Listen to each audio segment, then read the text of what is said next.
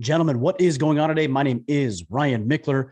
I'm your host. I'm also the founder of the Order of Man podcast and movement. Before I get to anything else, I want to make sure that I tell you thank you today. We, as of last month, so March, have hit our highest monthly downloads to date. We had a over 27% increase in monthly downloads for the podcast than the previous month. And this month marks the fourth consecutive month with double-digit percentage growth since we started podcasting over 7 years ago now, because middle of March is when we started in 2015. So want to first and foremost, thank you for being here. If you're just tuning in, and I know there's a lot of you, my goal is to give you exactly what you need to thrive as a husband, a father, a business owner, a community leader, a man in general. And what I'm going to talk with you about today is unshackling yourself from the burdens of society. 5 keys to freedom in your life. And isn't this what we all want? In 2017, I believe, I wrote a book called Sovereignty, The Battle for the Hearts and Minds of Men. And in that book, I talk about how you can control the internals, which will influence the externals that are working against you in culture and society today. And I'm going to expand on that a little bit more. I've got 5 very clear points that are going to help you gain more sovereignty, gain more independence, unshackle yourself from the burden of financial distress and what culture tells you to do and the expectations that aren't going to serve you or your people well, and move into a life that you could be satisfied with, that you could be fulfilled in, that you can have some joy and meaning and significance in. Before I get to that, I just want to let you know that the Iron Council is going to be closing in the next 24 hours. So if you have been on the fence about joining our exclusive brotherhood, the Iron Council, I would highly, highly encourage you to get that done in the next several hours. Because if you don't, we're not going to be opening it up until sometime probably in the summer. So when you band with us, you're going to have access to the men, the networks, the frameworks, the accountability, the systems, the tools, the brotherhood, the camaraderie, everything that comes with banding with other like-minded, motivated, ambitious men. You can check that out at orderofman.com/Iron Council. And when you do, there's a very quick video that you can watch that goes in and explains everything that we're doing there. Again, orderofman.com/Iron Council. All right, guys, with that said, let's get into the discussion today. Again, we're talking about unshackling yourself from the burden of life. I'm not talking about the burden of responsibility, by the way, because if you want to have a life of significance and meaning and purpose and fulfillment in your life, there has to be some level of responsibility. If all you're trying to do, consciously or subconsciously, is absolve yourself of the responsibility of being a man, I mean, sure, you can do that. And much of society will let you do that. There's no consequences for not. You're not going to be satisfied. You're not going to be fulfilled. You're not going to be edified. You're not going to be uplifted. I know this because you're here. I have thousands and thousands of conversations with men every single year. You're here for a reason. You're here to grow, to expand, to make yourself better, to improve. And if you're trying to run away from responsibility, you're going to have no meaning in your life. What I'm talking about is burdening yourself with unnecessary stress, burdening yourself with the expectations of what I call the doctrine of popular culture, of degeneracy, of loser mentality, because that's going to lead you nowhere. No, that's not true. It is going to lead you somewhere. It's not going to lead you nowhere. It's going to lead you somewhere. It's going to lead you to perhaps the place you're at right now. Drunk, miserable, broke, lonely, frustrated, contentious. I want you to unshackle yourself from that. And that means not running away from responsibility, but embracing it. So what we're going to do today is we're going to talk about 5 key steps, 5 key factors, if you will, to your freedom. They are, and I'll just do a quick overview and then we'll break down each one. Number 1, faith. Number 2, finances. Number 3, fitness. Number 4, family and friends. And number 5, your future. Faith, finances, fitness, family and friends, future. Those are the 5. All right, let's break down each one. Number 1, faith.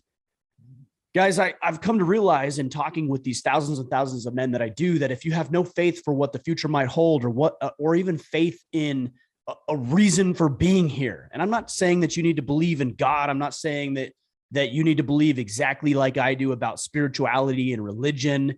Uh, Obviously, I believe what I do for a reason, and I think it's going to serve you. But let's say you believe something else.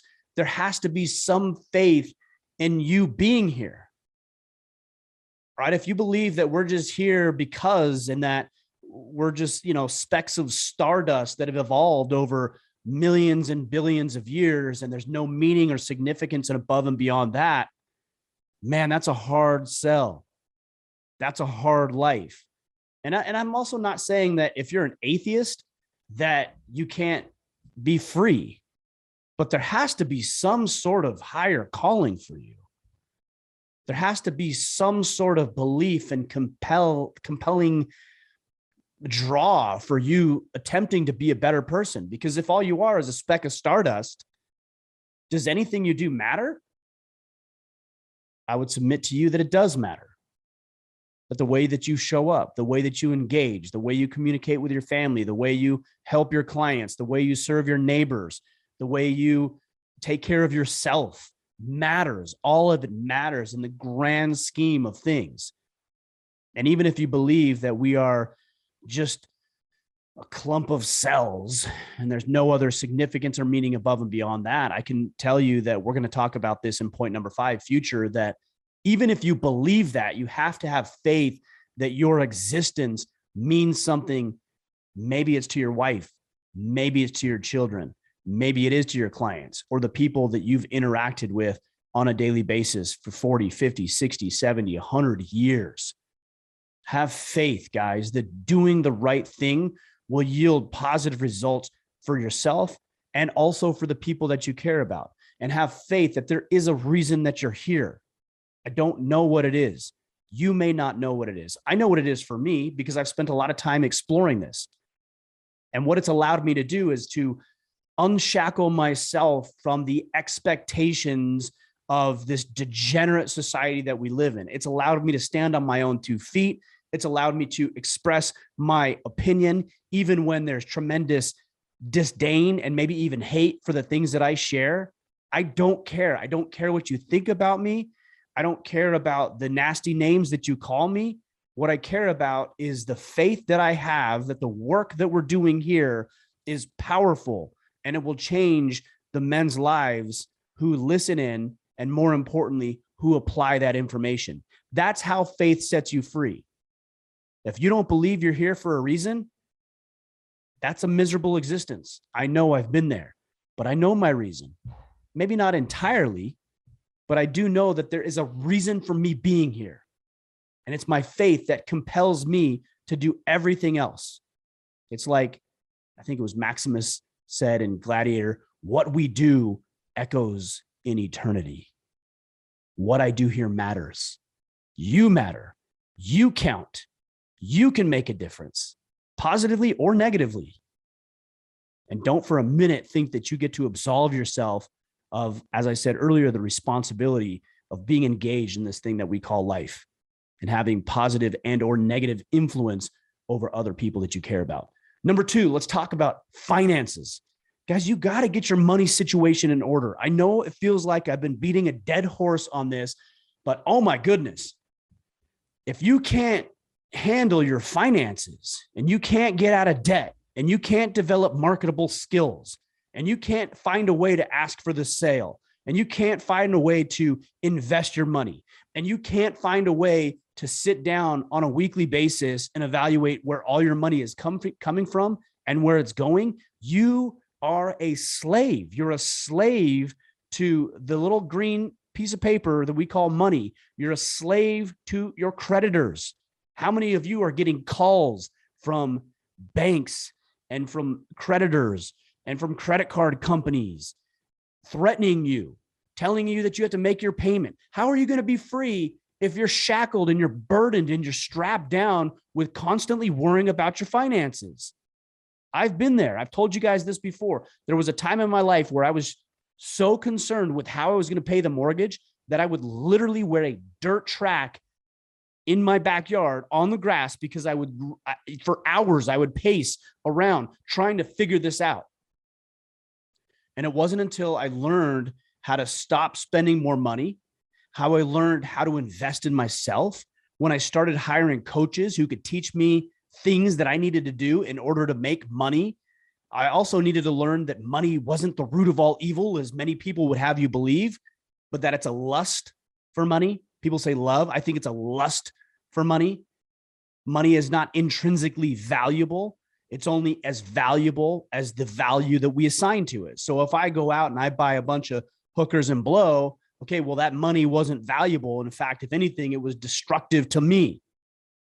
If, on the other hand, I go out and I invest in businesses, I go out and invest in myself, I go hire a coach, I buy a gym membership, and I put those financial assets to work, they're going to yield better results for me. And I'm going to set myself free from worrying about who's going to call me about not making my mortgage payment, or when are they going to come repo my car, or how am I ever going to buy a house when I can't even make the simple credit card payment. Guys, unshackle yourselves, get out of that. And it might be easy for you to say things like, well, Ryan, if I was in your position, of course, or that's easy for you to say. It's easier for me to say now because I've done the work over the past 20 years to get me to where I am. And so we're all on different paths. Some of you guys are significantly far out ahead of me when it comes to the financial department. And I learn from you, and I'm inspired by you, and I grow, and I see what you're doing, and I try to emulate that in my life. And some of you aren't as far as me or other people, and that's okay. But this goes back to point number one. You have to have faith that if you're doing the right things and you're doing what other people are doing to produce results, then you will have the freedom that you desire. But that means that you're going to need to put yourself in voluntary hardship. Okay, you're not going to be able to go out to all the restaurants. You're not going to be able to go to all the events. You're not going to buy all the plane tickets. You're not going to go on all the vacations. Dave Ramsey talks about this. Now, sometimes, admittedly, he takes it to the extreme. I'm not interested in living on beans and rice for the rest of my life, and you don't need to be either. But damn, if you can't be somewhat disciplined, even just to a small degree than you are right now, and consider how that might serve you well over the next 5, 10, 20, 30, 40, 100 years, maybe even indefinitely, because you teach those financial principles to your kids. Getting your financial house in order will set you free. It's not always liberating. It's not always comfortable. It's not always fun. It requires sacrifice, but it will set you free. It's like the adage that Jocko says, discipline equals freedom. Aristotle said it 2,000 years ago. Through discipline comes freedom. You have to be financially disciplined. And if you are, and you do this correctly, then you'll be able to have everything that you want financially. You'll never have to worry about putting food on your table. You'll never have to worry about putting a roof over your head, because you've been disciplined enough to create the freedom from those types of worries. Number 3, fitness. Guys, I think you can be a decent man if you're not fit. I really do. I think you can be somebody who cares about other people. You can have great intentions. You can work to serve people. But I'm telling you flat out, straight out, is you are not nearly as capable, effective, or even manly as you could be if you got your fitness in check. Some of you guys are 30, 40% body fat. What would life look like if you were 20 or 15 or 10% body fat? Some of you guys can't even lift your own body weight off the ground. Come on now. You should be able to lift 2 times minimum body weight off the ground. Some of you guys can't fight your way out of a wet paper sack. Come on. If you're in a physical altercation and you can't fight your way out of that situation, man, you're vulnerable. You're exposed. You're weak. And I don't want you to be like that, because what happens is that you make yourself beholden or slave to somebody else who can best you, who can out you. And maybe even it's as simple as something as, you get in a car wreck and you need to pry open the door so you can get your wife out of the vehicle because it's on fire. And that isn't a stretch of the imagination either. Just last year, we had on our intersection right out here outside of my front house or front lawn here, a car crash. Car popped up, jumped up, drove onto our grass, and started burning. Started smoking at first. I ran out there with my son. We opened the door along with some other onlookers, opened the door, pulled out the woman and the man who was able to get out on his own. And that car caught fire and burned down to the ground before the fire department was even able to make it. Okay, now fortunately, I didn't have to pry open the doors like the jaws of life, but what if I did? That person may be dead. You might be dead. Somebody you care about might be dead because you can't lay off the chips and salsa, because you can't get your ass off the couch and go to the gym once a day. It's all it takes, guys. Eat a little bit less, move a little more, stop being so lazy, stop being so pathetic. And look, I'm trying not for this to be an indictment on you, because what I share applies to me as much as it does any other man. And some of these I have locked in, and others I need my own level of improvement on. But let's go. Faith, finances, fitness. Let's go, guys. These are basics, basic requirements of manliness. All right, number 4, family and friends. Now, you might be thinking to me, if we're talking about unshackling yourself and the 5 keys to freedom in life, how do family and friends fit into this world? Well, there's a common misconception about men, and that is that we can be the lone wolf, that we can just go at it alone, that we don't need other people in our corner or other people in our life, and that other people are always going to let you down. And if you want it done right, you have to do it yourself. And that's debilitating. That's a limiting mindset. That's a scarcity mindset. See, the way that I look at it is it's my job to empower and edify and uplift my family, my friends, my colleagues, my coworkers, my neighbors. And as I do, I create an environment around me of liberated, strong, capable human beings. And the more I'm surrounded by those types of individuals compared to weak, cowardly, pathetic individuals, the better off I am. Now, I don't only do it for myself. It's not purely selfish, but to say it isn't exclusively benevolent would be a lie too. I care about my family. I care about my friends. I care about my neighbors. I care about the people around me, because I know if they're in a better position, I too will be in a better position. And they don't have to come at the expense of one another. I can care about my own personal progress and growth and safety and liberation. And I can also simultaneously help other people do the same thing for themselves. So I pour into my family. I pour into my friends. I have a friend that's going through a difficult time right now. I'm not going to get into the details. In fact, I have 2 friends that I know are going through difficult times right now. I reached out to them earlier this week, and I offered to spend a little time with them, one in person, one over the phone, just because of geographical restrictions and location, because I care about them and I want them to win and I want them to succeed, and I'm willing to invest in them and I'm willing to pour into them. And because I'm willing to do that, I have to realize that I have to also make myself capable of doing so. Because if I'm dealing with my finances, I have no faith in the future, I'm fat, I'm lazy, I'm broke, I'm out of shape, I'm drunk, I'm high, I'm whatever, how am I going to serve other people? I'm not. And if you can't serve other people, flat out, you're not as much of a man as those individuals who can. Now, you might be masculine, you have intrinsic worth as a human being. Well, I'm talking about being manly, and that's different. Being a male is a birthright. Being a man is something you have to earn. And you earn that by making yourself capable and then adding value to the people around you. And guys, the last point that I want to talk about today is your future. And not just your future, but the future of the people that you care about, your family and friends, like we just talked about a minute ago. When you think about things in the short term, like, hey, I'm horny, so I'm going to get off with my secretary because that's easy, but I'm going to step out on my wife in order to do so. Or, hey, I don't feel good today, so I'm going to get stoned, or I'm going to get drunk, or I'm going to get high because I don't want to deal with the reality of the situation. That's short-term thinking. And that doesn't create freedom in your life, because now you're a slave to that addiction. Now you're a slave to the consequences of making a poor decision with your dick instead of your mind. And so it feels good for a few seconds or a few minutes or maybe even a few hours. And then the remorse pours in. And then the guilt comes into play. And then the sorrow. And then you start to think of yourself as a loser.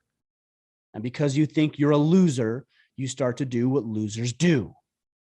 And then you feel guilty for that. And the cycle is never ending. It's horrible. It's destructive. And it is not freeing. It's going to shackle you.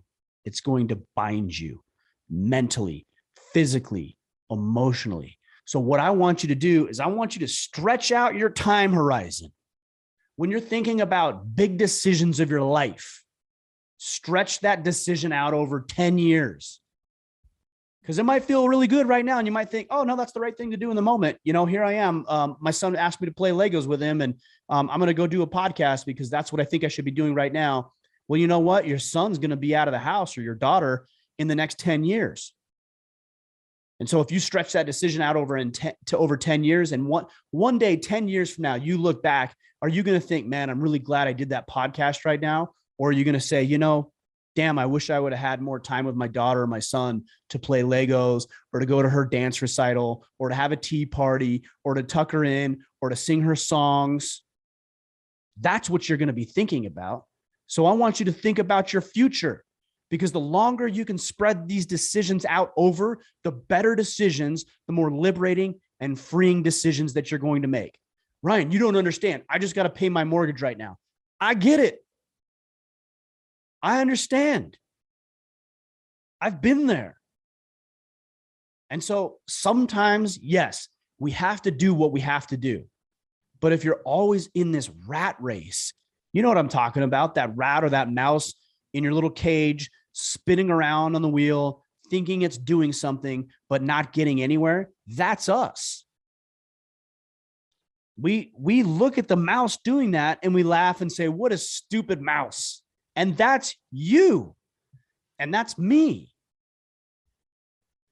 Step off the wheel, guys, and think about it. Hey, you know what? Yeah, I got to pay the mortgage right now. And so I have to work this job that I'm not happy with. Maybe I have to put in an extra shift, get some overtime, do whatever I need to do. That's also manly, by the way, in order to provide for the people that I care about, myself. And in the meantime, I'm going to start working other angles so that I can have a greater, longer future. I did this with my, with my financial planning practice, and I'll explain that here in a minute. But I also did it with Order of Man. With my financial planning practice, the beauty of the financial world is that although it's hard up front, over time, you build up residual income and build up a client base so that I don't need to keep selling in order to make money. Like, I have a base in place, and then anything I do above and beyond that is gravy. It's extra. Okay. So that's a futuristic mindset. With Order of Man, when I started Order of Man, look, I didn't have any grand ambitions of what this was going to turn into. Please don't think that, because I really didn't. But I knew that if I put forth enough work over a long enough period of time, that something could come of this. I didn't know what it was. I didn't know what it would look like, but I knew something would come up from it. So that was my future thinking. And I would work 2 hours in the morning before I would go to my quote unquote real job, which is the financial planning stuff. And then I'd do financial planning. I'd come home at night. I'd spend some time with my wife and my kids, and we would eat dinner together and play and do our thing. Again, that's future thinking. That's important too. And then the kids would go to bed, and I would tell my wife, hey, hon, I'm going to put another hour or two into this Order of Man thing. And I did that for 8 months before I started to make, I think it was actually 7 months before I made my first dollar with Order of Man. Future thinking. It's crucial, guys. Don't get trapped in the now. Yes, bills need to be paid. Yes, problems need to be addressed. Think about the future. Think about what it holds. And the more you can think about that long-term vision, the better off you're going to be. That's what I've got for you guys today. I really want you to think about these things. And more importantly than just sit and pontificate and ponder on how these things are going to serve you, think about what you are going to do in your life to improve in each of these areas. So let me give you some examples here. We've got 5 key factors. Number 1, faith. 2, finances, fitness, family and friends, and your future. So let me give you some practical advice and then we'll wrap it up today. Number 1, with regards to your faith, just go read the Bible or the Quran or whatever. Read some spiritual text. Maybe it's a book from a spiritual leader even, and that's fine too. I would suggest that the Bible is the greatest place to start, but whatever. Okay. Every morning, wake up and do 2 things. Read the Bible or another spiritual text and pray. Pray to God, pray to Jesus, pray to the muse, pray to the universe, whatever. Okay. I pray to God. And I would like you to pray to God too. But if it's something else, fine. So be it. Have some faith. Develop a connection with the higher power around us that's going to drive us to make better decisions moving forward and help us to realize that what we do in life echoes in eternity. That's with faith. Number 2, with your finances. I want you to create a weekly money meeting with your spouse. So you guys are going to sit down and you're going to do a few things. This could be a Sunday night, Monday morning, Wednesday afternoon. I don't know what your schedule is, but it's got to be once per week. And you sit down and you talk about what expenses are coming up, what income is coming in, and what future expenses you have throughout the week. That's it. I don't need this to be an hour meeting. You don't need this to be 3 hours. You guys don't need to be crawling up each other's throats.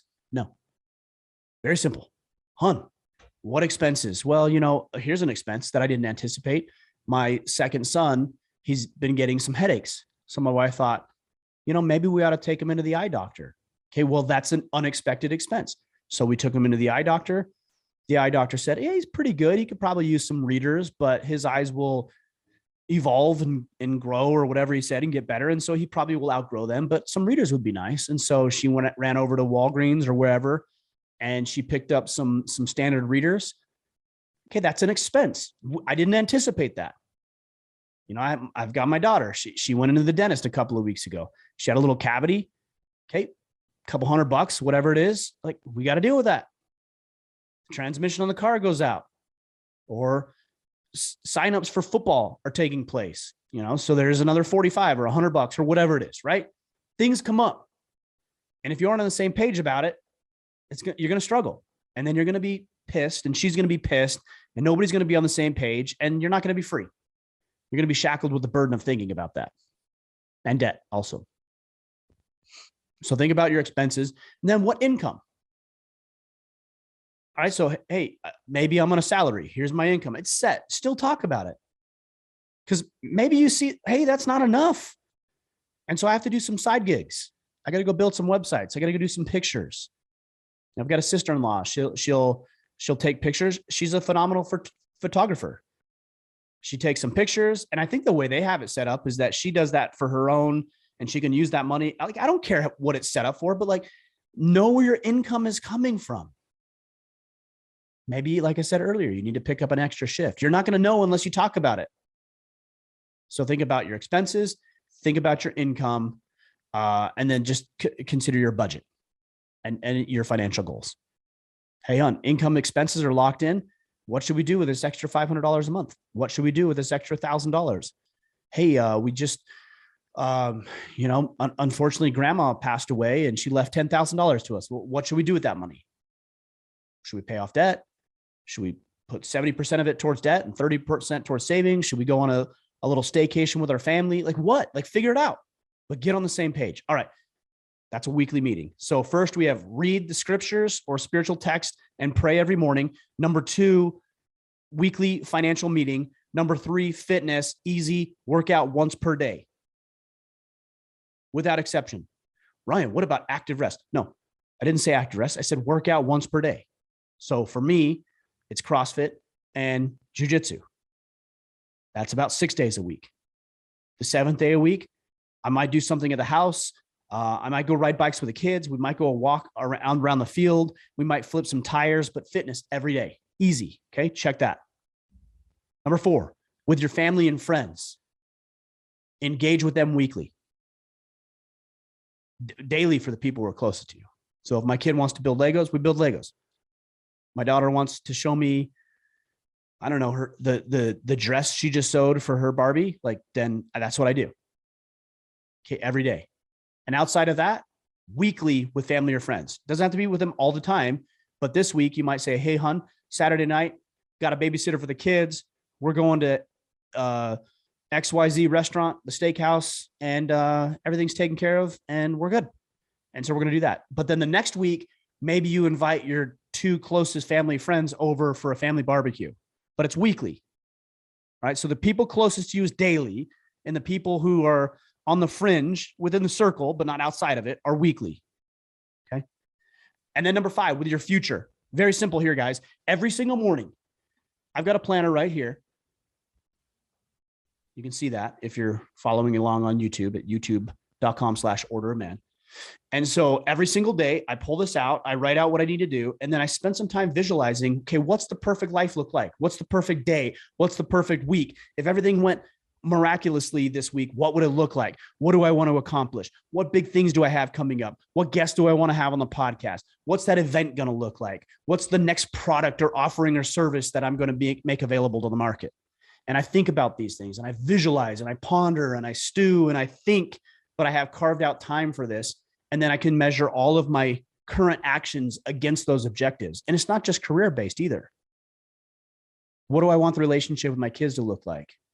Who are the people in my life? Like I said, I had a couple of friends who were struggling. Who are the people in my life who need me to serve them right now? Because they're going through a hard time, or their family is, or they're dealing with something, whatever that something is. And how can I serve them? How can I be a better advocate and champion for them? How can I just be a better friend, a better man? These are the things I think about. And it's not a lot. Reading every morning, 10, 15 minutes, prayer, 2 minutes, a weekly financial meeting, 20 minutes a week, fitness, an hour every day, family and friends. Maybe it's a 30 to 45 minutes with your family, and maybe it's 2 hours on the weekend or weeknight with some families and or friends. And the future is what, 15 minutes per day? You know, so we're looking at a max of an hour and a half per day. I guarantee you're wasting that much time with other stuff. It's not serving you. It's actually binding you. It's keeping you from evolving and growing. So replace it. And then what, 2 hours every week for family and friends and things like that. We're not talking about a lot of time here. But those small, consistent wins compounded over time are going to produce the types of results that you want in your life. It's fulfillment, it's meaning, it's satisfaction, it's purpose. It's just feeling good about yourself. It's confidence, because you know you're moving the needle in the right direction. So guys, this is how we unshackle ourselves.